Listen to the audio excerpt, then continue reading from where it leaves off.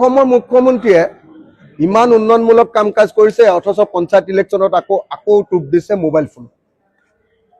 এইবাৰ হিমন্ত বিশ্ব শৰ্মাৰ পঞ্চায়ত ইলেকশ্যনৰ আটাইতকৈ ডাঙৰ নিৰ্বাচনী প্ৰতিশ্ৰুতিটো হ'ল যে অসমৰ প্ৰত্যেকগৰাকী মহিলাক এটাকৈ মোবাইল ফোন দিব।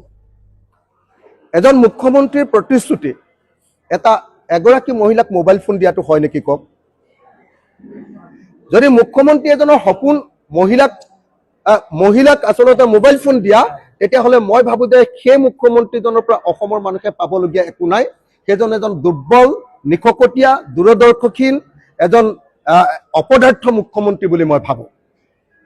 তো অসমৰ মুখ্যমন্ত্ৰীজনৰ সপোন হ'ব লাগে অসমৰ প্ৰত্যেকগৰাকী মহিলাক চাকৰি দিয়া আৰু অসমৰ প্ৰত্যেকজন পুৰুষক চাকৰি দিয়া আৰু অসমৰ প্ৰত্যেকজন পুৰুষ আৰু মহিলা, যুৱক আৰু যুৱতীক চাকৰি দি সকলোৱে যাতে মোবাইল ফোন কিনিব পাৰে তাৰ ব্যৱস্থা কৰিব পৰাটোহে অসমৰ মুখ্যমন্ত্ৰীজনৰ কৃতিত্ব। আজি মুখ্যমন্ত্ৰীজনে আপোনালোকে দেখিছে MP ইলেকশ্যনৰ আগত প্ৰতিশ্ৰুতি দিছিলে।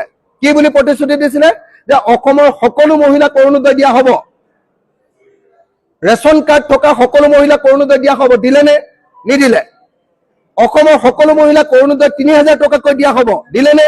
নিদিলে। অসমৰ সকলো মহিলাক 10,000 টকাকৈ দিয়া হ'ব। মুখ্যমন্ত্ৰীৰ প্ৰতিশ্ৰুতি আছিলে। দিলে নে? নিদিলে। অসমৰ সকলো মহিলাক 10,000ৰ পাছত 25,000 টকা দিয়া হ'ব। দিলে নে? নিদিলে। অসমৰ মহিলাবিলাকক কৈছিলে যে তোমালোকৰ মাইক্ৰ' ফাইনেন্সৰ ধাৰ মাৰি দিম। মাৰি দিলে নে? নিদিলে। মাইক্ৰ' ফাইনেন্সৰ ধাৰ এতিয়ালৈকে মাৰি নিদিলে। 22,500 কোটি টকাৰ ভিতৰত অকল 2,000 কোটি টকা ধাৰ মাৰি দিলে। অসমৰ মহিলাবিলাকক কৈছিলে যে তোমালোকক আমি এটোলাকে সোণ দিম বিয়া পাতিবৰ কাৰণে। দিলে নে? নিদিলে। অসমৰ মুখ্যমন্ত্ৰীয়ে এটাকৈ প্ৰতিশ্ৰুতি দিছিলে যে অসমৰ মহিলাসকলক সকলোকে 10,000 টকা দিব, 25,000 টকা দিব, সকলোকে অৰুণোদয় আঁচনি দিব, সকলোকে দেই ৰেচন কাৰ্ড থকা অৰুণোদয় আঁচনিৰ পৰিমাণ 3,000 টকা হ'ব। তেখেতে প্ৰতিশ্ৰুতি দিছিলে যে অসমৰ সকলো মহিলাকে এটোলাকে সোণ দিব, অসমৰ সকলো মহিলাকে মাইক্ৰ' ফাইনেন্সৰ ধাৰ মাৰি দিব।